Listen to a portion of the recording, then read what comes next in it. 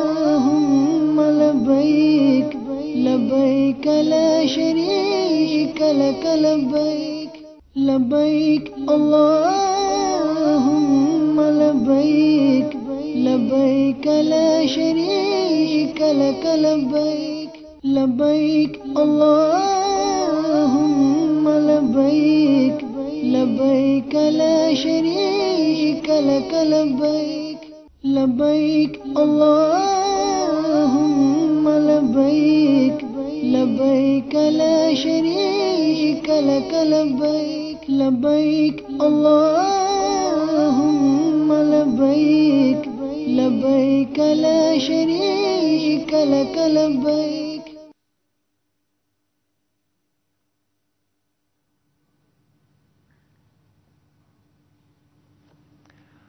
الحمد للہ رب العالمین والصلاة والسلام علی سید المرسلین اما بعد فاعوذ باللہ من الشیطان الرجیم بسم اللہ الرحمن الرحیم الصلاة والسلام علیک یا رسول اللہ وعلی آلک واصحابک یا حبیب اللہ الصلاة والسلام علیک یا نبی اللہ وعلی آلک واصحابک یا نور اللہ. میٹھے میٹھے اسلامی بھائیوں اور مدنی چینل کے ناظرین، الحمدللہ سلسلہ احکام حج لیے پھر حاضر ہیں. مکہ مدینہ کی روانگی کے مناظر بھی آپ دیکھ رہے ہیں کہ کئی فلائٹیں جا رہی ہیں، کچھ جا چکی ہیں، کچھ جانے والی ہیں. عشاقان حج اور عمرے کی یقیناً تیاریاں کر رہے ہوں گے. اس میں ہمارا یہ سلسلہ احکام حج الحمدللہ، اس میں مفتی صاحب ہمارے ساتھ ہوتے ہیں اور الحمدللہ ہم ان سے تربیت حاصل کر رہے ہیں. مختلف سلسلوں میں مختلف انداز پر ہماری تربیت ہو رہی ہے اور الحمدللہ پچھلے سلسلے میں جیسا کہ طواف سے متعلق ہمیں مدنی پھول ملے تھے، انشاءاللہ چونکہ وقت ہمارے پاس بہت تھوڑا ہوتا ہے اور موضوع ایسا وسیع ہے کہ اس پہ گفتگو کرتے چلے جاتے ہیں تو وہ وقت بڑی تیزی سے گزر جاتا ہے. تو انشاءاللہ عز و جل آج مفتی صاحب سے سعی سے متعلق مدنی پھول حاصل کریں گے. چلیں پہلے درود پاک کی فضیلت جو کہ مکتب المدینہ کی مطبوعہ فیضان خدیجۃ الکبریٰ اس کتاب میں رضی اللہ تعالی عنہ اس کتاب میں الحمدللہ تحریر کی گئی ہے کہ امیر المومنین حضرت سیدنا عمر فاروق اعظم رضی اللہ تعالی عنہ روایت فرماتے ہیں، میرے آقا صلی اللہ علیہ وسلم نے ارشاد فرمایا، بے شک دعا آسمان اور زمین کے درمیان ٹھہری رہتی ہے، اس میں سے کوئی چیز اوپر کی طرف نہیں جاتی جب تک تم اپنے نبی صلی اللہ علیہ وسلم پر درود نہ پڑھ لو. کعبے کے بدر الدجا تم پہ کروڑوں درود، طیبہ کے شمس الضحا تم پہ کروڑوں درود. صلو علی الحبیب صلی اللہ تعالی علی محمد صلی اللہ علیہ وسلم. میرے آقا صلی اللہ علیہ وسلم ارشاد فرماتے ہیں، نیت المومن خیر من عملی، مسلمان کی نیت اس کے عمل سے بہتر ہے. آپ مدنی چینل کے ناظرین اس وقت جہاں تشریف فرما ہیں، جہاں بیٹھے ہیں، کوشش کریں کچھ تھوڑا سا مدنی چینل اپنی اسکرین کے قریب آ جائیے، توجہ بڑھا دیجئے، ایک ڈائری اور قلم لے لیجئے، جو مدنی پھول یہاں بیان ہوں اسے اپنے پاس نوٹ کرتے چلے جائیے. چونکہ جو حج پر جا رہے ہیں وہ تو ان کے لیے تو نہایت ہی مفید ہیں، لیکن جو نہیں جا رہے ان کے لیے بھی کم مفید نہیں، کیونکہ ایک نہ ایک دن اللہ کی رحمت سے امید ہے ہمیں بھی سفر مکہ مدینہ مل جائے گا، انشاءاللہ سفر حج نصیب ہو جائے گا، عمرے کا سفر نصیب ہوگا. تو پہلے سے تیاری ہونی چاہیے. اور فرض علوم میں سے بھی ہے کہ جس پر حج فرض ہو جائے اسے اس کا علم سیکھنا فرض ہو جاتا ہے. تو میرے میٹھے اور پیارے اسلامی بھائی، مفتی صاحب آج الحمدللہ ہم سلسلے میں موجود ہیں اور آپ کی برکتوں سے الحمدللہ ہم طواف بھی سیکھ چکے. اب مزید سعی سے متعلق کچھ انشاءاللہ مدنی پھول امید ہے آپ عطا فرمائیں گے. الحمدللہ رب العالمین والصلاة والسلام علی سید الانبیاء والمرسلین اما بعد فاعوذ باللہ من الشیطان الرجیم بسم اللہ الرحمن الرحیم. طواف کا تو صرف ہم نے چکر لگانا سیکھا تھا کہ یہاں سے ابتدا کرنی ہے اور یہاں ختم کرنا ہے. جی اس کے احکام ابھی رہتے ہیں. صحیح. اور یعنی فزیکل موومنٹ کے حوالے سے ہم نے گفتگو کی تھی کہ فزیکل موومنٹ کس طرح کرنی کس ہے. طرح سے ہم نے اسٹارٹ لینا ہے اور کیسے جی. جانا ہے. جی تو میرا خیال یہ ہے کہ صحیح کے حوالے سے بھی آج پہلے فزیکل موومنٹ بتا دی جائے, جی پھر ہم طواف اور صحیح دونوں کے احکام تفصیل سے بیان کریں گے انشاءاللہ العزیز. بہتر. صحیح جو ہے وہ صفا اور مروہ کے درمیان دوڑنے کا نام ہے. صفا اور مروہ کی جو شکل قدیم زمانے میں تھی وہ تو اب نہیں ہے, یعنی فضا وہی ہے اور سطح بھی وہی ہے, لیکن پہاڑیاں نہیں ہیں, سنگ مرمر کا فرش بنا دیا گیا ہے. صرف ابتدا میں چھوٹے چھوٹے ٹکڑے ہیں, اب وہ نہ جانے اصل اسی پہاڑی کے رکھے ہیں یا آرٹیفیشل ہیں, اللہ بہتر جانتا ہے. تو صفا اور مروہ کی لوکیشن کیا ہے, مسجد الحرام کے کس طرف واقع ہے, اس کا جاننا نئے جانے والوں کے لیے ضروری ہے, کیونکہ وہاں جا کر دماغ چکرا جاتا ہے اور پتہ نہیں ہوتا کہ جناب کس طرف جانا ہے. تو 3 یا 4 تصاویر کے ذریعے پہلے یہ دیکھ لیتے ہیں کہ صفا اور مروہ کی لوکیشن کیا ہے. ٹھیک. تو ذرا پہلی تصویر اگر ڈسپلے کریں تو. چلیں آپ اس کو مفتی صاحب بتائیے, انشاءاللہ وہ تصویریں مینیج کر کے پھر آپ کو انشاءاللہ بتاؤں. دیکھیں, پچھلی دفعہ ہم نے سمجھایا تھا کہ جب باب عزیز سے آگے بڑھیں گے, جبل ابو قبیس کی طرف جائیں گے, اور نشانی یہ ہے کہ ویل چیئر کا جو پل ہے, ویل چیئر کے پل سے نیچے گزریں گے. ٹھیک ہے. تو نیچے گزرنے کے بعد جیسے ہی ٹرن لیں گے تو تھوڑی دیر کے بعد ہی باب الصفا آ جاتا ہے. چلیں دکھا دیں بھائی, پکچر اوکے ہو گئی ہے تو. جی مفتی صاحب, اگر وہاں دکھا دیں. ماشاءاللہ, ناظرین کو بھی دکھا دیجیے. جی. یہ ہاف سائیڈ ہے, اس میں نظر آ رہا ہے کہ خانہ کعبہ کے گرد جو ہے وہ ایک برآمدہ ہے, اور پھر جو ہے وہ ایک اور عمارت ہے لمبی سی. اگلی تصویر لگائیے گا, دوسری تصویر. یہ دیکھیے, یہ جو ایک لمبی سی عمارت ہے جو 2 گنبد بنے ہوئے ہیں, تو جو اسکرین کی طرف گنبد ہے یہ ہے مروہ کی جانب, اور جو اس کے اپوزٹ گنبد بنا ہوا ہے وہ ہے صفا کی جانب. یعنی صفا اور مروہ جو ہے اس پورے ٹریک کے نیچے واقع ہے. ٹھیک. یہ تیسری منزل ہے, اس کے اوپر صحیح کرنا بھی صفا اور مروہ پر صحیح کرنا کہلائے گا. پھر اس کے بعد جو ہے وہ سیکنڈ فلور ہے, فرسٹ فلور ہے, گراؤنڈ فلور ہے, اور اس کے نیچے تہ خانہ ہے. تو یہ لوکیشن ہے, یہ جبل ابو قبیس کی جو ہے وہ پٹی میں نظر آ رہی تھی. بڑا پہاڑ جو ہے یہ جس کے اوپر عمارتیں تعمیر ہیں, یہ جبل ابو قبیس ہے. جبل ابو قبیس ہے. اور تو اب جو ہے اس پر آنے کے لیے مستحب تو یہ لکھا ہے کتابوں میں کہ باب الصفا کی طرف سے جائے, باب الصفا سے داخل ہو. ٹھیک.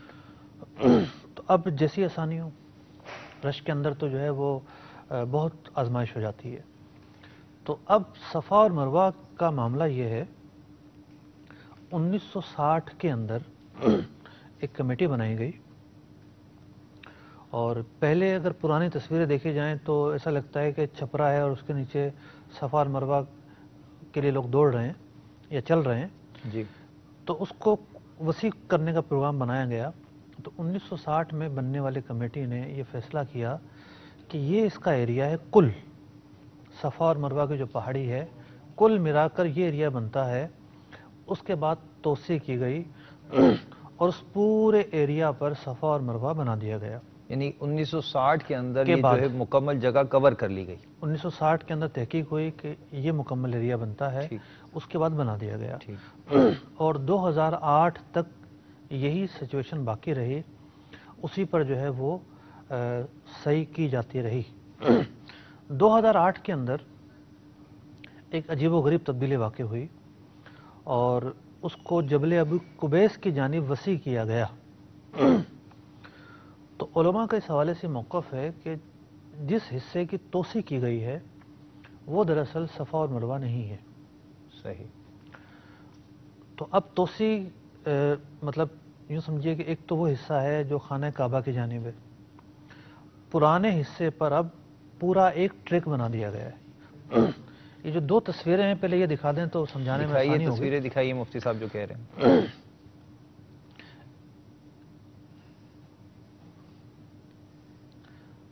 یہ جو تصویر ہے یہ ہے پرانی تصویر. اب دیکھیں اس میں دونوں ٹریک چل رہے ہیں. بیچ میں جو ہے وہ ویل چیئر کی جگہ ہے اور ایک طرف جانے والے ہیں ایک طرف آنے والے ہیں.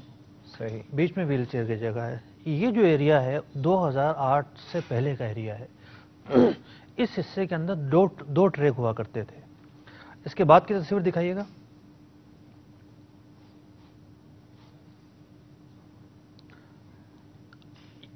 یہ جو ایریا ہے یہ بھی پرانا ہی ہے کیونکہ بیچ میں جو ہے وہ اپنا ویل چیئر کی جگہ ہے اور دائیں بائیں آنے جانے کی جگہ ہے. اگلا دکھائیے گا. اس سے آگے بھی ایک تصویر ہوگی. یہ جو ہے یہ نیا ہے. ٹھیک ہے. یہ نیا ہے اور اس میں پرانا جتنا بھی ایریا تھا اس کو ون وے بنا دیا گیا, ایک ٹریک بنا دیا گیا. صحیح. یعنی صفا سے مروہ سے صفا کی جانب جب آتے ہیں جو حصہ خانہ کعبہ کی طرف ہے, مروہ سے صفا کی جانب اس پر آتے ہیں جی. تو وہ حصہ ہے پرانا قدیم حصہ جس پر علماء کا اتفاق ہے کہ یہی صفا اور مروہ ہے. صحیح. لیکن جب صفا سے مروہ جاتے ہیں یہ وہ ایریا ہے کہ جس پر اختلاف رائے موجود ہے کہ بھئی یہ حصہ اصل پہاڑی پر واقع نہیں ہے. ذرا اگلی تصویر دکھائیے گا.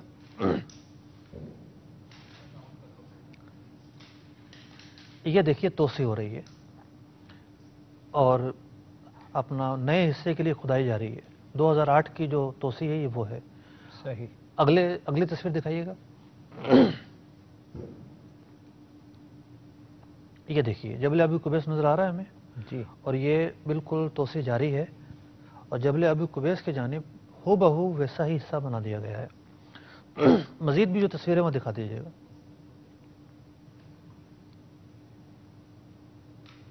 یہ دیکھیے کھدائی ہو رہی ہے. شاید ایک تصویر اور ہوگی. یہ اوپر سے نظر آ رہا ہے کہ جو نیلی پٹی ہے یہ نیا حصہ ہے اور جو جس پر نیلا حصہ نہیں ہے یہ پرانا حصہ ہے. ایک تصویر اور ہوگی.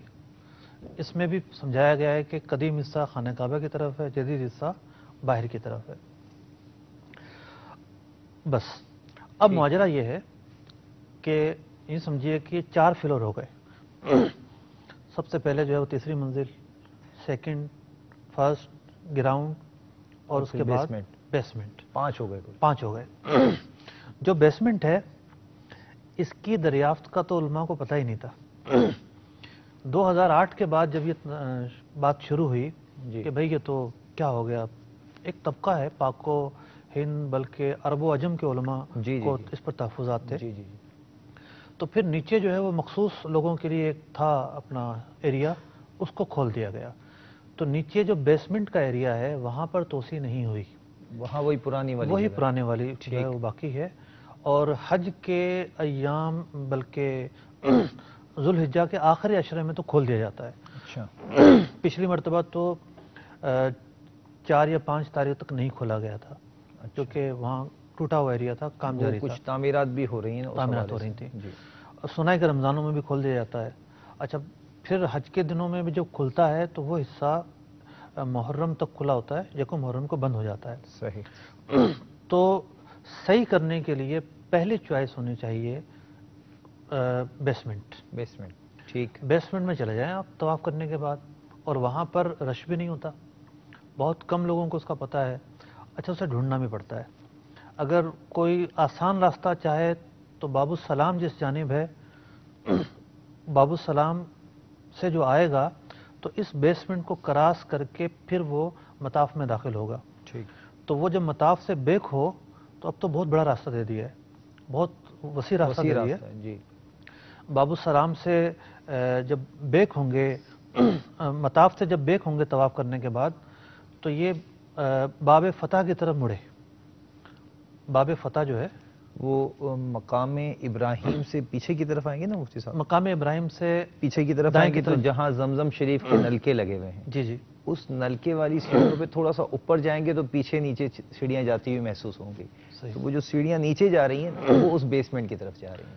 اب مطلب پہلے نظر نہیں آئے گا وہ بیسمنٹ کا ہے؟ جی جی جب پوری ایک راہداری گھوم کر جائیں گے جی تو جی پتہ چلے گا کہ وہ بیسمنٹ جی بالکل میں آ گئے ہیں۔ جی اچھا، آج کل کے ایام میں تو صرف اس بیسمنٹ کا اتنا حصہ کھلا ہوتا ہے جس سے یہ راستہ جو ہے اس پر جانے والے باب السلام کراس کر جائیں، کراس کر کے باہر نکل پورا نہیں کھلا ہوتا ہے۔ جی لیکن جب آخری بلکہ پہلا عشرہ آئے گا ذوالحجہ کا، اس میں کھول دیا جاتا ہے۔ انشاءاللہ تو پہلی چوائس تو یہ ہونی چاہیے کہ وہاں سے کیا جائے، وہاں سے بلا حائل بڑے آرام کے ساتھ صحیح ہو جاتی ہے۔ الحمدللہ اس کے بعد پھر یہ ہے کہ پہلی منزل پر تو جس طرح لوگ کر رہے ہیں گراؤنڈ پر خاص طور پر، تو وہ اسی طرح ہی کیا جائے گا۔ اگر آپ چاہتے ہیں کہ آپ ون وے کریں، اس کی اجازت نہیں ملے گی، اور رش بھی بہت زیادہ ہوتا ہے، لوگوں کو تکلیف اور اذیت پہنچے گی۔ تو اس کا آسان طریقہ یہ ہے کہ آپ سیکنڈ یا تھرڈ فلور پر چلے جائیں، وہاں پر رش بہت کم ہوتا ہے، بہت کم ہوتا ہے، اور جو ون وے ہے، جو حصہ خانہ کعبہ کی جانب ہے، اسی کے سائیڈ میں ہو کر 2-4 آدمی اگر چلیں گے تو کوئی مطلب رش کم ہوتا ہے تو وہاں ون وے مزاحمت کو بھی یوز نہیں ہوتی۔ کرنا میں 150 کا قافلہ اگر چلے تو پھر مزاحمت کا معاملہ ہوتا ہے۔ ٹھیک تو 2-4 افراد ہو کر یہیں سے شروع کریں اور صفا سے مروہ چلے جائیں، اور مروہ سے پھر صفا کی جانب آ جائیں، تو پھر آپ کی جو صحیح ہے اسی قدیم حصے پر واقع ہوگی، اور شرعی اعتبار سے کسی قسم کی کوئی کمی نہیں رہے گی۔ صحیح، ماشاءاللہ تو یہ تو تھا صحیح کا معاملہ۔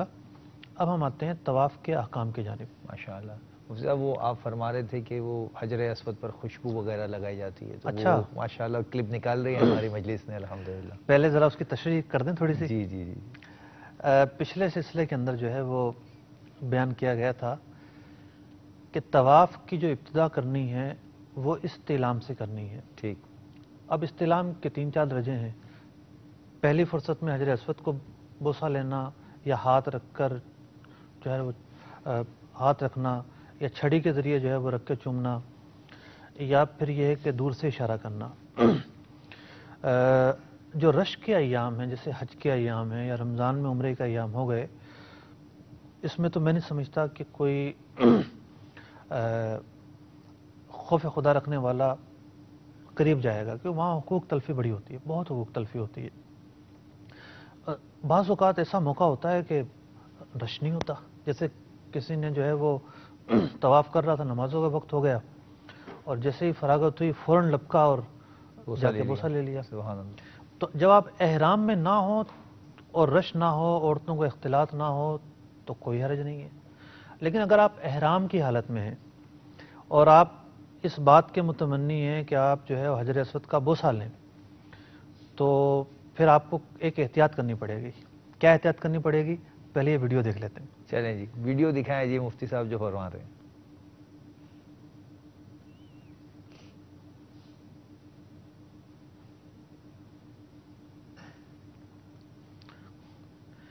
یہ خوشبو لگائی جا رہی ہے، ماشاءاللہ لگائی نہیں جا رہی بلکہ خوشبو جو ہے وہ سے نہلایا جا رہا ہے حجر اسود کو۔ ماشاءاللہ۔ دیکھیے اللہ کی شان، دیکھیے کہ جس پتھر کو نبی اکرم علیہ الصلوۃ والسلام نے بوسہ دیا ہے، اس پتھر کی کتنی تعظیم کی جا رہی ہے۔ ماشاءاللہ۔ ایک تو تعظیم سے جو ہے وہ ویسی حاصل ہے، خانہ کعبہ میں نصب ہے، خوشبو لگائی جا رہی ہے اس کو۔ سبحان اللہ۔ جب پتھر کو خوشبو لگائی جا سکتی ہے تو اولیاء اللہ کے جو مزارات ہیں ان کی جو عزت اور ان کا جو شرف ہے وہ بھی اسی بنا پر ہے کہ ان کا تعلق اللہ تبارک و تعالیٰ سے ہے۔ ماشاءاللہ۔ تو ماشاءاللہ۔ دیکھیے حجر اسود پر اس طرح خوشبو لگائی جاتی ہے، ماشاءاللہ، کیا بات۔ اور احرام والے کو خوشبو سے بچنا ہے۔ بالکل۔ تو احرام کی حالت میں حجر اسود کا بوسہ لینا بہت رسکی ہے۔ لیکن مفتی صاحب یہ ایک بات ہے نا، یہاں سے تو آپ نے سمجھا دیا اچھا نہیں کریں گے، یوں نہیں کریں گے، وہاں جا کے جذبات پہ قابو نہیں رہتا، اور وہ ایک دیکھا ہے شوق لوگوں کے اندر، یار حجر اسود کو بوسہ نہیں دوں گا، یہ کیسے، بوسہ دیے بغیر واپس چلا جاؤں گا، تو یہ پھر لوگ کیا کہیں گے، اچھا حجر اسود کو بوسہ ہی نہیں دیا۔ احرام کی حالت نہیں ہے، عام حالت ہے، تو بوسہ لینے میں تو کوئی حرج نہیں ہے۔ نہیں تو وہ آپ جو فرما رہے ہیں نا حقوق و لباس کا معاملہ اور رش کی صورت میں، چلیں کپڑے پہنے ہیں، مرد احرام کی ہیں اور پابندی چلیں نہیں ہے جسم ٹکرا رہے ہیں، جی، وہاں تو خواتین گھسی ہوتی ہیں۔ وہ تو بالکل ایسا میں نے بعضوں کے ایسے تاثرات بھی سنے ہیں کہ وہ کہتے ہیں میں تو یوں گیا اور سیدھا وہاں بوسہ لیا اور یوں ہی واپس آ گیا، تو عجیب عجیب انداز لوگ بیان کرتے ہیں، لیکن یہ اس میں مطلب تھوڑی سی دیکھیں ہم نے بتا دیا، کیفیت کی بات ہے. ہم نے بتا دیا. اب دیکھنے والے ہو سکتا ہے جو نہیں گئے وہ تردد میں ہوں، سوچو بچار میں ہوں، جب جائیں گے تو خود ہی فیصلہ کر لیں گے انشاءاللہ. اب ان کی مرضی ہے، یہ اپنے جذبات پہ فیصلہ کرتے ہیں یا یہ ثواب پر فیصلہ کرتے ہیں، درستگی پر فیصلہ کرتے ہیں. جی جی ماشاء اللہ. تو طواف جو ہے وہ یوں سمجھیے کہ حج کے جتنے بھی مناسک ہیں اس میں جس مسئلے کی سب سے زیادہ تفصیل ہے، جو مطلب کہ میری دانست میں آتی ہے، میری سمجھ میں آتی ہے، وہ طواف ہے. یعنی یوں سمجھے نا کہ جیسے عرفات ہے، عرفات کے تعلق سے 2 4 5 مسائل ہیں جی جو زیادہ اہمیت کے حامل ہیں، جن کا خیال کرنا پڑتا ہے. اسی طریقے سے رمی کے بھی چند ہی مسائل ہیں. تو ایک تو تفصیل ہے احرام کی پابندیوں کی، اور دوسری جو تفصیل اور درپیش آنے والے معاملات ہیں وہ طواف کے ہیں. چونکہ طواف کی اقسام اتنی ہیں، ایک تو اقسام زیادہ ہیں، پھر اقسام کے علاوہ جو ہے طواف ایک ایسی عبادت ہے جو سوائے فرض نمازوں کے موقوف نہیں ہوتی. صحیح.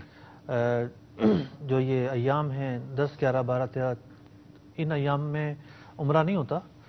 اس کے علاوہ جو ایام ہیں ان ایام کے اندر جو ہے عمرہ بھی ہو رہا ہوتا ہے، جی نفلی طواف بھی ہو رہا ہوتا ہے.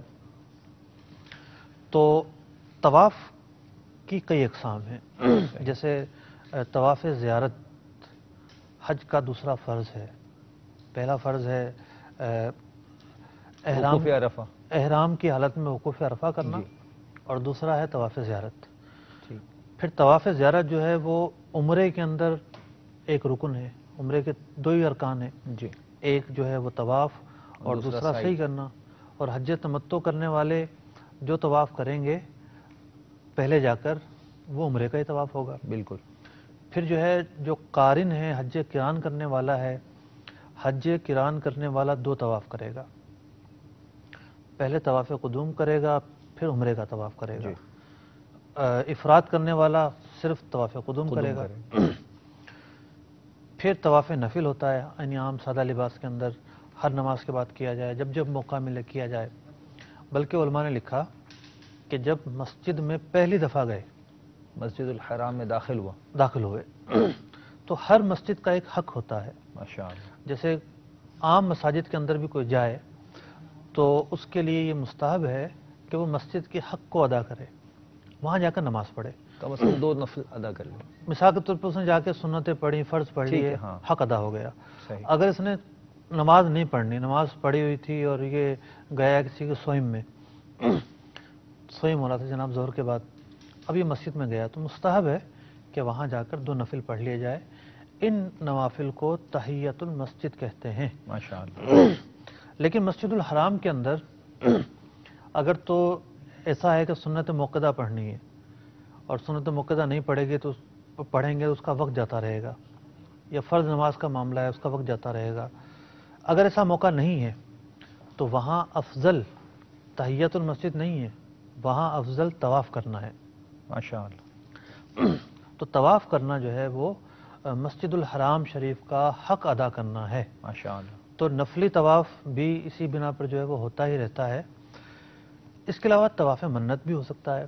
کوئی منت مان لے کہ جی میں طواف ادا کروں گا تو منت بھی وہ منعقد ہو جاتی ہے کسی بھی بنا پر مانے. تو اب طواف کے مسائل ہیں. اس میں ایک طواف اور بھی ہے، وہ طواف ودا بھی ہوتا ہے. طواف ودا بھی ہوتا ہے بلا شبہ. یعنی جو آفاقی ہیں ان پر لازم ہے کہ وہ طواف زیارت کے بعد کم از کم ایک طواف کریں، وہ ان کا طواف ودا ہوگا. طواف رخصت. طواف رخصت بھی کہتے ہیں، طواف ودا بھی کہتے ہیں. تو طواف کے بہت سارے احکام نماز جیسے ہیں.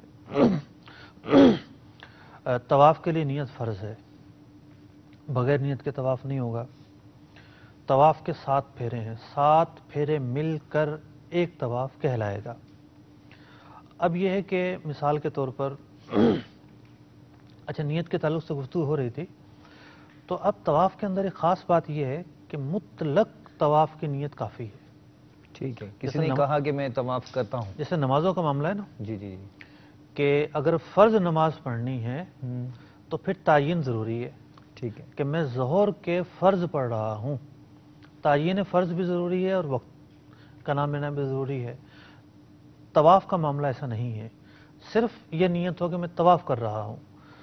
تو اب جیسے مثال کے طور پر عام طور پر لوگوں کا یہ کانسیپٹ ہوتا ہے کہ جب بس تیار ہو جائے گی یا ہوٹل کے باہر آ کر کھڑی ہو جائے گی تو پھر وہ کہیں گے ہمیں طواف رخصت کرنا ہے، اور پھر وہ وہ اپنے جائیں گے طواف رخصت گروپ کرنے. لیڈر سے اجازت مانگیں گے کہ ہم ذرا طواف رخصت کرائیں.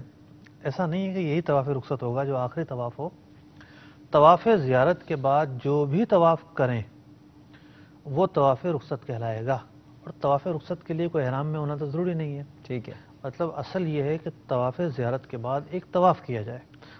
تو کسی نے ایک طواف کر لیا تو اس کا وجوب ادا ہو گیا. ٹھیک ہے تو اسی طرح جو ہے وہ کران والا جا کر جو طواف کرے گا پہلا وہ اس کا طواف قدوم ادا ہوگا. ٹھیک تو اگرچہ کہ اس نے کوئی اور نیت کی ہو طواف قدوم ہی ادا ہوگا. ٹھیک ہے تو طواف کے اندر مطلق نیت کافی ہے. پھر طواف کے 7 چکر ہیں. 7 پھیروں پر طواف ختم ہو گیا. 8واں پھیرا جان بوجھ کر شروع کر دیا کہ میں یہ ایک اور کر رہا ہوں، تو اب لازم ہو جائے گا کہ اس کو پورا کرے، یعنی 7 چکر پورے کرے. ٹھیک ہے اگر وسوسہ ہوا، یعنی جان بوجھ کر شروع نہیں کیا، وسوسہ آیا مثال کے طور پر کہ ابھی میرے 6 ہی ہوئے ہیں، یہ سمجھ کے اس نے 7واں سمجھ کر شروع کر دیا، پتہ چلا 8 ہوئے ہیں تو ختم کر دے. اب جہاں ہے وہیں ختم کر دے. اور اب ایسا نہیں ہوگا کہ اس کو پورے کرنے ہوں گے، اگلا چکر شروع ہو گیا یا اگلا طواف شروع ہو گیا، ایسا نہیں ہے.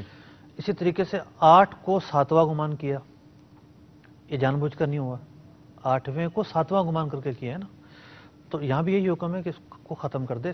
اس کی بنیاد پر مزید جو ہے وہ 6 چکر کرنا اس پر ضروری نہیں ہوگا. ٹھیک.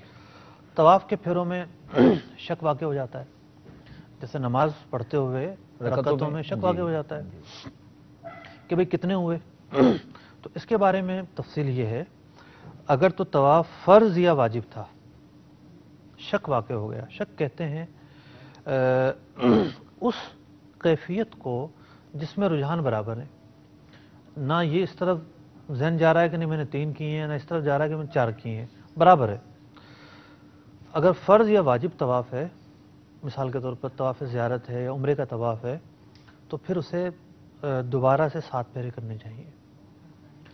اور اگر کوئی شخص بتا دیتا ہے، جیسے ساتھ آپ کے جو ہے کوئی اور ایک ساتھ گروپ جیسے کر رہا ہے، ساتھ طواف کر رہے ہیں، تقریباً سبھی کاؤنٹ آگے پیچھے کرتے رہتے ہیں، اس سے پوچھ لیا یار کتنے چکر ہوئے ہیں، اور وہ عادل شخص ہے اور وہ کہتا نہیں آپ کے تو 6 ہو گئے. صحیح. تو اس کی بات پر عمل کر لینا بہتر ہے. اور اگر 2 عادل افراد نے بتایا کہ تمہارے تو اتنے چکر ہو گئے ہیں، اگر طواف فرض یا واجب نہیں، 2 شخص نے بتایا تو پھر اس پر عمل کرنا ضروری ہو جائے گا. اور اگر فرض یا واجب نہیں تو پھر گمان غالب پر عمل کرے. ٹھیک ہے. مفتی صاحب کچھ ناظرین بھی ہمارے ساتھ شامل ہیں. جی بالکل. تو اگر آپ اجازت دیں تو ہم انہیں بھی شامل کریں. جی بالکل. کیونکہ جہاں گفتگو ہو رہی ہوتی ہے اور ایک تسلسل ہوتا ہے تو بیچ میں بریک کرنا مشکل ہوتا ہے. میں نے سمجھا کہ اب مفتی صاحب سے اجازت لے لیجیے. جی تو لے لیجیے، کالز لے لیجیے بھائی. دیکھتے ہیں ناظرین کہاں کیا سوال کر رہے ہیں. السلام علیکم. وعلیکم السلام ورحمۃ اللہ. میرا نام عبد الوحید ہے اور میں لاہور سے بول رہا ہوں. میرا سوال یہ ہے، حج پر جا رہا ہوں. اس سے پہلے میں نے اور میرے بیٹے نے عمرہ کیا تھا، تو وہ احرام جو میرے بیٹے اور میرا تھا دونوں مکس ہو گئے ہیں. کیا میں وہ احرام لے جا سکتا ہوں اور ان کے ساتھ حج کر سکتا ہوں یا نئے احرام خریدنے ہوں گے؟ جزاک اللہ خیرا. آمین آمین. انشاءاللہ عبد الوحید بھائی آپ کے سوال کا جواب مفتی صاحب سے لیتے ہیں. اگلی کال بھی چلا دیجیے حضور. السلام علیکم ورحمۃ اللہ. وعلیکم السلام ورحمۃ اللہ مدثر علی گجرات سے بات کر رہا ہوں. میرا سوال یہ ہے، جس عورت کو ایام خاص ہوں کیا وہ ان دنوں میں حج کر سکتی ہے، یا جب وہ مکہ مکرمہ میں پہنچتی ہے تو اس سے ایام خاص شروع ہو جاتے ہیں، تو وہ کیا کرے؟ اس کی وضاحت فرما دے. السلام علیکم ورحمۃ اللہ. وعلیکم السلام ورحمۃ اللہ وبرکاتہ. مدثر بھائی انشاءاللہ آپ کے سوال کا جواب بھی لیتے ہیں. اگلی کال بھی لے لیجیے حضور. السلام علیکم ورحمۃ اللہ وبرکاتہ. وعلیکم السلام ورحمۃ اللہ وبرکاتہ. زمزم نگر حیدرآباد سے. مفتی صاحب کے بارگاہ میں عرض ہے کہ کیا احرام کی حالت میں حدود حرم سے باہر جا سکتے ہیں، اور مدینہ شریف میں حرم مدینہ کی حدود کہاں تک ہے؟ جزاک اللہ تعالی. السلام علیکم ورحمۃ اللہ وبرکاتہ. وعلیکم السلام ورحمۃ اللہ وبرکاتہ. اشفاق بھائی انشاءاللہ مفتی صاحب سے پوچھتے ہیں کہ احرام کی حالت میں حدود حرم سے باہر جا سکتے ہیں. دوسری بات مفتی صاحب میں سمجھ نہیں پایا کیا مدینہ منورہ میں حرم کی حدود کہاں تک؟ اچھا مدینہ منورہ میں حرم کی حدود انشاءاللہ پوچھتے ہیں مفتی صاحب سے. اگلی کال لے لیجئے. السلام علیکم ورحمۃ اللہ وبرکاتہ. وعلیکم السلام ورحمۃ اللہ وبرکاتہ. محمد اکرم اطاری ہے، نور کالونی وی علاقہ سے عرض کر رہا ہوں. میں عمرے کے متعلق مفتی صاحب سے یہ پوچھنا چاہتا ہوں کہ حضور کوئی شخص عمرہ کرنے گیا تو یہاں سے تندرست تھا، ادھر جا کے کوئی ایسی مرض لاحق ہوگی جس کی وجہ سے وہ صفا مروہ وغیرہ نہیں دوڑ سکتا، کوئی مطلب عمرے کے جو سارے معاملات ہوتے ہیں وہ پورے نہیں کر سکتا، تو اس کے لیے کوئی نعم البدل چیز ہے، اب وہ اس گیا ہوا ہے تو کیا کرے؟ اور دوسرا یہ پوچھنا ہے کہ کوئی عورتیں ایسی بھی ہوتی ہیں کہ جن کا کوئی محرم ہی نہیں، تو ان کی کیا صورت بن سکتی ہے جہاں عمرے پہ جانے کی، اس کے بارے میں بتا دیں. جزاک اللہ خیر. السلام علیکم ورحمۃ اللہ وبرکاتہ. آمین. وعلیکم السلام ورحمۃ اللہ وبرکاتہ. جی مفتی صاحب ہمارے سب سے پہلے عبدالوحید بھائی نے احرام لے جا سکتا ہوں، پرانا ہے، عمرے کا ہے، بیٹے کا میرا مکس ہو گیا ہے، تو کیا کروں؟ اگر تو ان کے بیٹے بالغ ہیں، علامت بلوغ پائے گئی تو ٹھیک، ورنہ اسلامی حساب سے یعنی قمری تاریخ کے حساب سے 15 سال عمر ہونے پر جو ہے وہ اولاد بالغ ہو جاتی ہے، خواہ لڑکا ہو یا لڑکی ہو. تو اگر تو وہ بالغ ہے تو اجازت لے لے، ان سے اجازت لے لی جائے. دیکھیں نا، کسی کا مال جو ہے وہ جب مشتبہ ہو جائے یا خلط ہو جائے تو اب یہ ہے کہ یہ احتمال ہوگا زیادہ سے زیادہ کہ دوسرے کی چادر نہ ہو، تو جو مالک ہے اس سے اجازت لے لے. مالک ہے، بالغ ہے، تو اس سے اجازت لے لیجیے. بالغ جو ہے وہ اجازت دینے کا مجاز ہے. ٹھیک. اگر نابالغ ہے تو نابالغ تو اجازت دینے کا مجاز نہیں ہے. لیکن اب یہ ہے کہ ان چادروں کا کیا ہوگا؟ اگر اس کا استعمال دیکھا جائے تو احرام کے لیے استعمال ہوتی ہیں، ورنہ تو یہ ہے کہ وہ رف یوز میں استعمال ہوں گی. اس میں جیسے مفتی صاحب عام طور سے کیا ہوتا ہے کہ نابالغ تو بچہ ہوتا ہے، اس کا احرام چھوٹا ہوتا ہے، اور جو بڑے ہوتے ہیں ان کا احرام بڑا ہوتا ہے. تو یہاں مجھے سوال سے یوں محسوس ہوتا ہے کہ دونوں باپ بیٹے جو ہیں وہ بڑے ہی ہیں، صحیح، اور ایک جیسا ہی احرام ہے جبھی مل گیا ہے، کیونکہ بچہ اگر نابالغ ہو اور باپ بڑا ہو تو اس کے احرام کا فرق ہوتا ہے. تو محض قرینے سے یہی ظاہر قرینہ واقعی یہی ہے. جی لیکن مسئلہ بیان کر دیتے ہیں. ٹھیک ہے ماشاء اللہ. کہ نابالغ ہی اگر ہو تو پھر یہ ہے کہ باپ اس احرام کو خرید لے. ٹھیک ہے. اس کو رقم ادا کر دے. اب جو پرانے احرام کی قیمت ہوگی وہی قیمت ادا کرنی کافی ہوگی. صحیح. اب وہ نابالغ جو ہے وہ رقم لے لے اور وہ اپنی ذات پہ خرچ کر لے. نابالغ ٹھیک، وہ جائز ہے. صحیح. تو یہ اس کا ایک حل ہے. صحیح. اور دوسرے ہمارے تھے مدثر بھائی. ان کا اور سوال تو نہیں تھا کوئی؟ ان کا ایک ہی سوال تھا احرام سے متعلق، لے جا سکتا ہوں نہیں لے جا سکتا. اچھا، مدثر بھائی جو ہیں وہ کہتے ہیں کہ عورت کے ایام خاص میں وہ حج کرے گی، یا جیسے مکہ شریف گئی تو اب کیا کرے وہ؟ لیکن یہ تو ایک بہت ہی وسیع سوال ہے نا. ایام خاص میں حج کر سکتی ہے یا نہیں؟ حج میں تو بہت سارے مناسک ہیں. جی. تو انہیں سوال کرنا چاہیے تھا کہ بھئی یہ رکن ادا کر سکتی ہے یا نہیں. یا میں عرض کر دیتا ہوں، صرف ایام خاص میں ایک مقام ایسا ہے جہاں پر عورت کا جانا ممکن نہیں ہوتا، اور وہ مقام وہی ہے جو آج ہم جس کو زیر بحث لا رہے ہیں. جی. طواف کرنا وہ مطلب کہ مرحلہ ہے کہ جس کے لیے مسجد حرام میں جانا پڑے گا، اور جنابت میں یا حیض و نفاس میں طواف کرنا حرام ہے. ٹھیک. تو طواف ایک ایسی عبادت ہے جو اس کے لیے ممنوع ہے.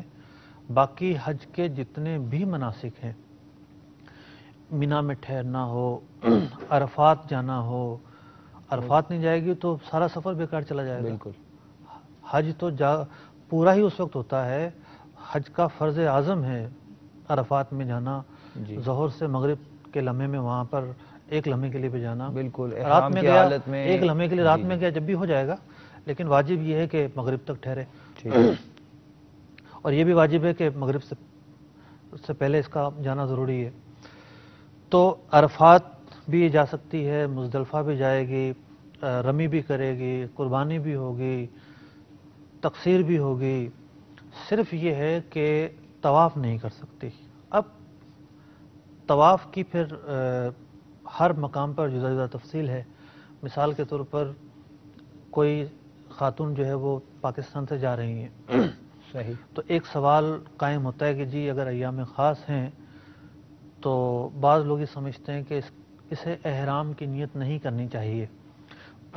یہ سوچنا سمجھنا غلط ہے، کیونکہ کوئی کسی بھی حالت میں ہو، کیفیت میں ہو، اگر مکہ جانے کا قصد ہے تو میقات کو اس وقت تک عبور نہیں کر سکتے جب تک کہ حالت احرام میں نہ ہو۔ تو ایسی اسلامی بہنیں احرام کی نیت کریں گی، احرام کی حالت میں مکہ المکرمہ پہنچیں گی، وہاں جا کر انتظار کریں گی، وہاں انتظار کریں گی، وہاں عمرہ انتظار ادا کریں کرنے گی۔ سے پہلے، مطلب اپنے جیسے ایام خاص گزر جائیں، اب وہ پاکی حاصل کر کے پھر مسجد الحرام میں جائیں اور طواف کریں، پھر طواف کریں گی۔ اور ایک اور مسئلہ بھی عرض کرتا چلوں، جی، اب جیسے آج کل جو لوگ جا رہے ہیں ممکن ہے وہ 2-4 دن مکہ المکرمہ پہنچنے کے بعد مدینہ منورہ چلے جاتے ہیں، جی ایسا ہی ہو رہا ہے، لیکن جو لوگ بعد میں جائیں گے خاص طور پر 20 تاریخ کے بعد، 25 16 تاریخ کے تاریخ بعد، سے جو 15-16 تاریخ سے فلائٹیں ہیں وہ پہلے میں مکہ ہی میں سٹے ہے۔ جی جی، تو اگر ایسا کوئی موقع ہے تو ایک مشورہ ہے میرا کہ اس کی جو مدت ہے پیریڈ کی زیادہ سے زیادہ 10 دن ہے، ٹھیک، تو جس سے ہو سکتا ہے وہ بجائے عادت کے 10 دن تک انتظار کر لے، انتظار کر لیں، طواف کے لیے۔ اپنی نمازیں تو وہ شروع کر دیں گی، یعنی عادت کے دن پورے ہو جائیں گے، یا اس سے پہلے بھی اگر مطلب کہ وہ پیریڈ بند ہو گئے ہیں تو حکم یہی ہے کہ وہ نہا کے نماز شروع کر دے۔ ٹھیک، تو جس سے ہو سکتا ہو ممکن ہو 10 دن تک انتظار کر لے۔ ٹھیک ہے، بعض اوقات یہ ہوتا ہے کہ عورت جب نماز شروع کر دیتی ہے نہا کے، اور وہ جا کے عمرہ کرتی ہے، طواف کرتی ہے، سعی کرتی ہے، ابھی 10 دن پورے نہیں ہوئے، پتہ چلتا ہے کہ دوبارہ وہ آثار پیریڈ ظاہر شروع ہو ہو گئے، گئے۔ جی، اب ایسے میں جو ہے وہ اس کا جو طواف ہے، اس کا جو عمرہ ہے حالت جنابت میں کرنا کہلائے گا۔ ٹھیک، اور موسمی تغیرات ہوتے ہیں، مطلب کہ اس خطے کی آب و ہوا اور ہے، یہاں کی اور ہے، صحیح، تو یہ عوارضات لاحق ہو جاتے ہیں اور پھر بعد میں بڑی پریشانی ہوتی ہے، اور اس کا تدارک کرنا اور دیگر مسائل پر عمل کرنا بہت مشکل ہو جاتا ہے۔ صحیح۔ تو یعنی آپ کا مشورہ یہ ہے کہ اگر اس طرح کوئی عورت جائے اور اس کے ایام خاص ہوں، بھلے وہ 8 دن میں نماز کی مطلب ادائیگی شروع نماز کر کا دے، ایک الگ معاملہ ہے، لیکن 10 دن پورے کر کے پھر طواف کے مشورہ لیے یہ ہے، مشورہ ہے آپ کا، مشورہ ٹھیک ہے، ٹھیک ہے۔ جی، اشفاق بھائی تھے ہمارے مفتی صاحب، یہ زمزم نگر سے، یہ کہتے ہیں کہ احرام کی حالت میں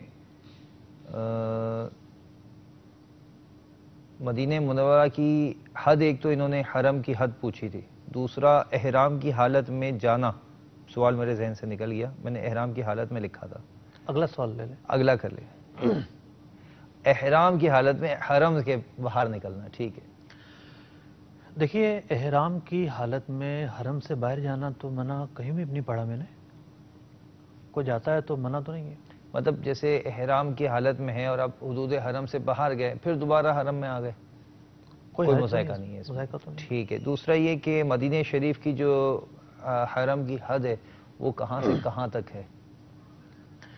دیکھیے میں کوئی ماہر جغرافیہ تو ہوں نہیں، یا میں سال ہر سال تو وہاں رہا نہیں ہوں، صحیح، میں بھی 1-2-3 مرتبہ گیا ہوں، تو بعض جگہوں پر تو نشاندہی ہوتی ہے کہ یہاں مدینہ منورہ میں بھی نشاندہی ہے، جب جو ہے وہ مکہ مکرمہ سے جاتے ہیں تو ایک جگہ آتی ہے ایسی جہاں نشاندہی ہے کہ فقط للمسلمین، اور چاروں طرف سے نشاندہی ہو میں نے دیکھا نہیں ہے ایسا۔ اچھا، ٹھیک۔ اور ہمارے اکرم اتاری بھائی تھے، ان کا کہنا یہ ہے کہ عمرہ کرنے گیا اور بیمار ہو گیا، اب وہ صحیح نہیں کر سکا، یا طواف کوئی رکن ادا نہیں کر سکا، تو اب ایسی صورت میں وہ کیا کرے؟ دیکھیے حج کے جو ارکان ہیں یا مناسک ہیں، ایک رکن تو ایسا ہے یا ایک چیز تو اس میں ایسی ہے جس میں نعم البدل کی گنجائش ہے، وہ بڑے مخصوص درجے پر جا کر ایک خاص حد بندی ہے، وہاں جا کے رمی کرنا، خود نہیں جا سکتا تو نائب بنا سکتا ہے، باقی کوئی بھی رکن ایسا نہیں ہے جس میں نائب بنا سکے۔ صحیح۔ عرفات میں خود جانا ہے، مزدلفہ کا وقوف خود کرنا ہے۔ ہاں مزدلفہ کے اندر رخصت ہے، بیمار جو اشد بیمار ہے اس سے رخصت کے گنجائش موجود ہے، لیکن یہ ہے کہ قربانی بھی کوئی اور کر دے وہ تو خود کرتا ہی کون ہے آج کل، مطلب کہ دوسروں سے کروائی جاتی ہے، لیکن طواف اور سعی جو ہے اس میں نعم البدل نہیں چلے گا۔ ہاں طواف کرنا پیدل واجب ہے، سعی کرنا پیدل واجب ہے، جس کی استطاعت نہیں، لاغر ہو گیا، بیمار ہو گیا، کھڑا نہیں ہو سکتا، تو وہ ویل چیئر پر بھی طواف کر سکتا ہے اور ویل چیئر پر سعی کر سکتا ہے۔ ٹھیک، ان کا ایک اب سوال احرام کی حالت میں یہ گیا ہے، اگر احرام کی حالت میں احرام کی حالت میں یہ گیا ہے اور یہ بیمار ہو گیا، ٹھیک، تو جب تک یہ ارکان ادا نہیں کرے گا، حلق یا تقصیر نہیں کروائے گا، احرام کی پابندیوں میں احرام کی پابندیوں میں رہے گا۔ اور ویل چیئر عام دنوں میں یہ ہوتا ہے کہ ہوٹلوں میں بھی دستیاب ہوتی ہے، ہوٹلوں میں دستیاب حج ہوتی ہے، کے ایام میں تو نہیں ملتی لیکن ہوٹلوں میں عام طور پر ہوتی ہے۔ کرائے پہ بھی ایسا ہو جاتا ہے، کرائے پر بہت مہنگی، مشکل ہے، مہنگا بھی ہے، لیکن بہت مہنگی ہوتی ہے۔ جی جی جی، مجھے یاد ہے ایک مرتبہ کیا ہوا کہ ایک صاحب تھے، ہند سے ان کا تعلق تھا، بیمار تھے بیچارے، بڑی عمر کے تھے، اکیلے، اب ان سے جھگڑا ہو رہا ہے، وہ جو مطلب کہ ویل چیئر پر کرواتے ہیں عربی لوگ، اب وہ بول رہے ہیں ان کو سمجھ میں نہیں آ رہا یہ کیا بول رہے ہیں، تو میں ان کے پاس گیا شاید کوئی مدد کر سکوں۔ ہوا یہ کہ ان کا طواف اور سعی دونوں چیز کروانے کا 200 ریال میں معاہدہ ہوا تھا۔ اچھا، اب 200 ریال کتنی بڑی رقم بنتی ہے، تو طواف کروانے کے بعد اس ویل چیئر والے کو کام یاد آ گیا ہوگا، تو اس نے یہ چاہا کہ بقیہ کام کوئی اور کروا دے، دوسرے لڑکے کو لے آیا وہ، اب وہ اس بات پہ بضد کہ تم مجھے 100 ریال میرے دے دو، 100 اس کو دے دینا۔ اب اسے یہ بات سمجھ میں نہ آئے اچھا کہ بھئی مجھ سے پیسے کیوں مانگ رہا ہے، وہ کہے کہ میں بعد میں دوں گا، اور وہ جو تھا نیا جو لڑکا آیا تھا وہ اس بات پر مصر کہ اس کے پاس اتنے پیسے ہیں ہی نہیں، مجھے ایڈوانس دے۔ تو اب وہ یہ بڑا مرحلہ ہوتا ہے کہ زبان میں نہیں آتی، زبان میں نہیں آتا وہ کیا کہہ رہے ہیں۔ پھر میں نے ان کی بات سن کے مدعا اس کو بتایا، پھر جا کے معاملہ حل ہوا۔ تو دیکھیں اتنی بڑی رقم طواف اور سعی کروانے کی 200 ریال مانگ لیتے ہیں، خیر مجبوری میں دینی بھی پڑتی ہے، مجبوری ہو تو پھر دینی پڑتی ہے، لیکن وہاں والنٹیئر بھی موجود ہوتے ہیں، ایک خاص سیکشن ہے وہاں پر والنٹیئر موجود ہوتے ہیں، وہ کرسی مفت بھی دے دیتے ہیں اور خود کرواتے بھی ہیں، مدد کرتے ہیں، تو ان سے بھی رابطہ کیا جا سکتا ہے۔ ماشاء اللہ۔ ان کا ایک سوال اور تھا کہ جس عورت کا محرم نہ ہو وہ کیا کرے؟ عمرے کا سوال اگر جی کہ وہ عمرے پہ کیسے جائے؟ دیکھیں عمرہ کرنا نہ فرض ہے نہ واجب، ٹھیک، یہ الگ بات ہے کہ طواف حج تمتع میں عمرہ ہوتا ہے، اس کی اپنی حیثیت ہے۔ عام طور پر جو عمرے پر جاتے ہیں وہ ہے نفلی عبادت، صحیح، اور عورت کا بغیر محرم کے سفر کرنا یہ حرام ہے، صحیح، تو نفلی کام کرنے کے لیے حرام کام کا ارتکاب کرنا یہ کیسے جائز ہو سکتا ہے؟ اب یہاں پر ایک ہے خواہشات، اور خواہشات بھی جذبات والی، صحیح، ہر خواہش تو ایسے نہیں ہوتی نا کہ اس میں نفع اور نقصان سامنے رکھ کر فیصلہ کیا جائے۔ مثال کے طور پر کسی کی جیب میں جو ہے وہ 200 روپے ہیں اور اسے پورا دن کام چلانا ہے، کھانا بھی کھانا ہے، اور وہ گھر سے نکلتے ٹیکسی کر لیتا ہے، بجائے اس کے کہ بس میں بیٹھ کر جائے، 20-40 روپے اس کے خرچ ہوں اور سارا دن کا گزارا ہو جائے، اس کی خواہش ہے کہ نہیں میں تو ٹیکسی پر جانا ہے، اب پھر واپسی پیدل ہی آئے گا، سارا دن بھوکا بھی رہے گا، واپسی بھی پیدل آئے گا پھر۔ صحیح، تو ہر خواہش ایسے نہیں ہوتی کہ اس پر عمل کر لیا جائے، نفع اور نقصان دیکھ کر فیصلہ کیا جاتا ہے۔ تو یہاں دیکھنا ہے شریعت نے اجازت دی ہے تو نفع ہے، شریعت نے حرام قرار دے دیا تو نقصان ہی نقصان ہے۔ صحیح، تو جب منع کر دیا گیا اور کوئی جائز طریقہ نہیں ہے تو پھر کیسے جا سکتی ہے ایسی عورت؟ یہاں تک کہ اس پر حج فرض ہو گیا ہے، یعنی وہ صاحب مال ہے، صاحب استطاعت ہے، تو شریعت یہ کہتی ہے ٹھیک ہے حج تو فرض ہو گیا لیکن یہ جائے گی نہیں جب تک انتظار محرم کا کرے گی، بندوبست نہ ہو. محرم کا بندوبست نہ ہو. ٹھیک ٹھیک. مفتی صاحب کالز کا آتا ہے آگے کال لے گفتگو لیتے ہیں. کیسے کال لے لیں؟ چلیں جی، ناظرین کیا کہتے ہیں ان کی سنائیے. جی اگر کوئی بھائی عمرے کے ارکان ٹھیک کرنی گیا اور وہ ان پڑھ ہے اور اس کو صحیح طرح عمرے کے ارکان نہیں آتے، کیا اس کا عمرہ ہو جائے گا؟ اس کے بارے میں آپ ہماری عمرے کے ارکان سیکھنا ضروری ہے، کے بارے میں آپ ہماری شرعی رحمت فرما دیجیے گا. السلام علیکم ورحمۃ اللہ وبرکاتہ. وعلیکم السلام ورحمۃ اللہ وبرکاتہ. وہ کہہ رہے ہیں کہ کوئی شخص عمرے کے ارکان جانتا ہی نہیں ہے اور عمرے پہ جا رہا ہے اور وہ پھر وہ ارکان جیسے تیسے شاید ادا کر لیتا ہے، تو وہ کیا اس کا عمرہ ہو جائے گا؟ یوں کر کے انہوں نے سوال کیا ہے. جی اگلی کال لیجئے. جی میرا سوال یہ ہے کہ مفتی صاحب سے سنے بھائی حج کے لیے یعنی کہ سعودیہ سے ہی جاتے ہیں اور کچھ لوگ تو حکومت سے وہ پرمٹ وغیرہ جو بھی کاغذاتی کاروائی ہوتی ہے وہ لیتے ہیں اور کچھ لوگ ایسے ہی گاڑیوں پہ چھپ کر چلے جاتے ہیں، تو ایسا حج کرنا کیسا؟ یہی سوال ہے. جزاک اللہ خیر. اچھا جی اگلی کال بھی لے لیجئے. السلام علیکم ورحمۃ اللہ وبرکاتہ. وعلیکم السلام ورحمۃ اللہ وبرکاتہ. مفتی صاحب میرا نام محمد خرمت طارق، میں سعودی عرب سے بات کر رہا ہوں. میرا مفتی صاحب سے سوال یہ ہے کہ کچھ لوگ کاغذات کلیئر کرواتے ہیں، حج کے لیے جمع کرواتے ہیں اور حج کے لیے جاتے ہیں. کچھ لوگ ایسا نہیں کرتے، ایسے ہی گاڑیوں سے ٹیکسیوں سے چلے جاتے ہیں، تو ایسا حج کرنا کیسا؟ جزاک اللہ خیر. آمین آمین آمین. اگلی کال بھی لے لیجئے. السلام علیکم ورحمۃ اللہ وبرکاتہ. وعلیکم السلام ورحمۃ اللہ وبرکاتہ. میرا مفتی صاحب سے یہ سوال ہے وضو کس طرح کی جاتی ہے احرام کے دوران؟ احرام جب باندھتے ہیں اس کے بعد وضو کس طرح ہوگا؟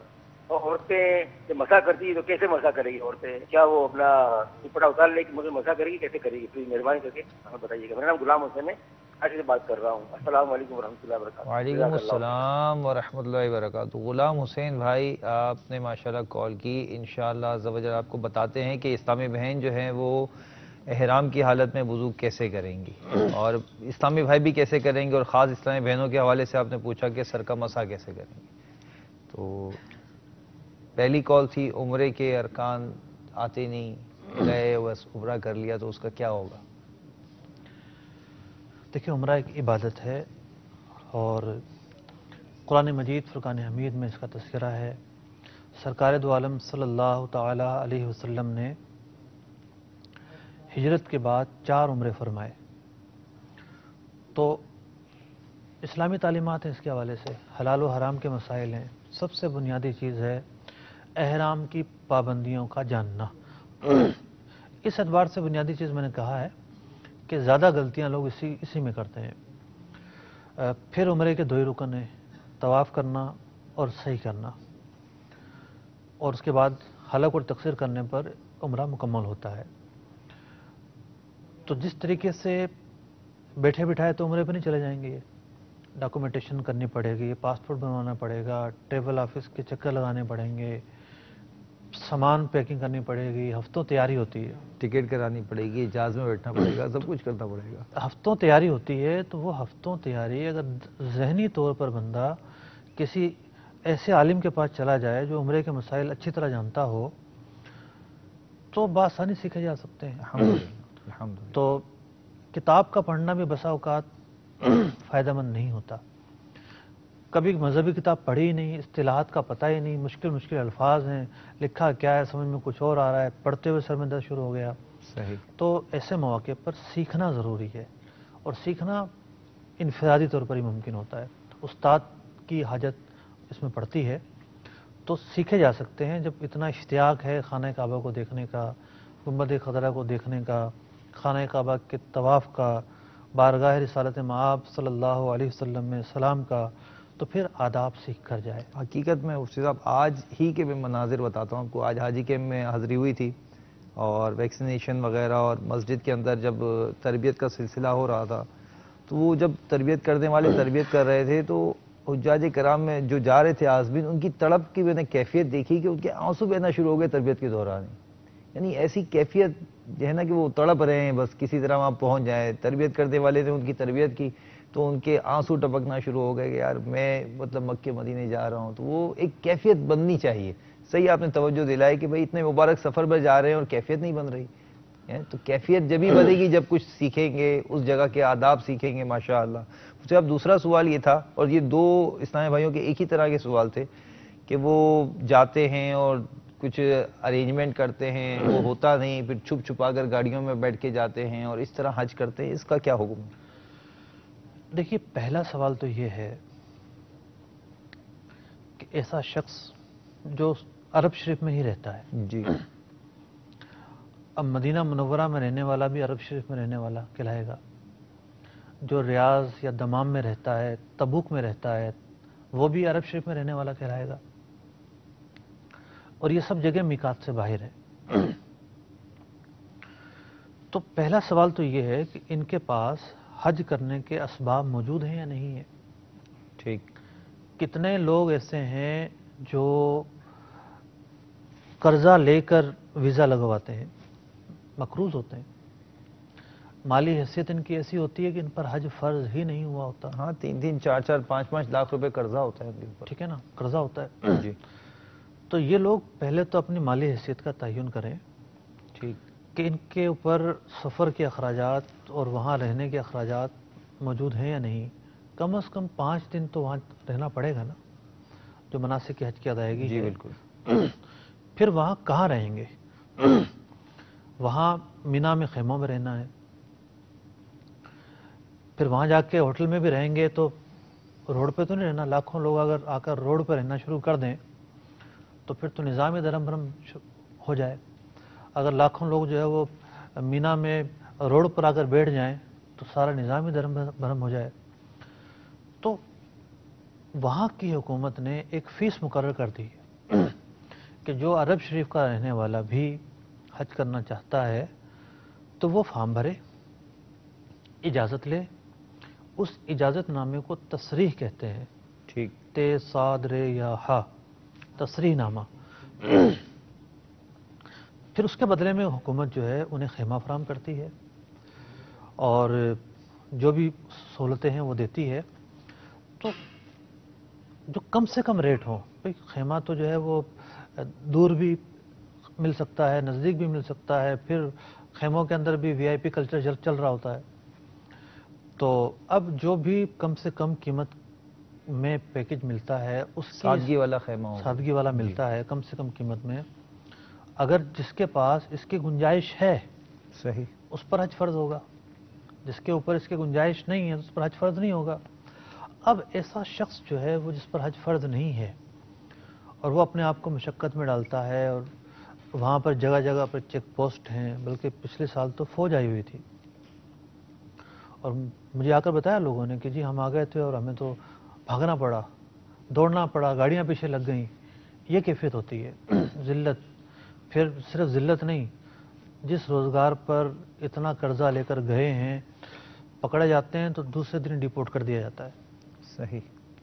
تو جو ایک نظام ہے اس نظام کو فالو کیا جائے، جو آفیشیل وے ہے اس کو فالو کیا جائے اور اس کو اپنایا جائے اور اس طریقے پر حج پر جایا جائے. جی ہاں. ماشاءاللہ.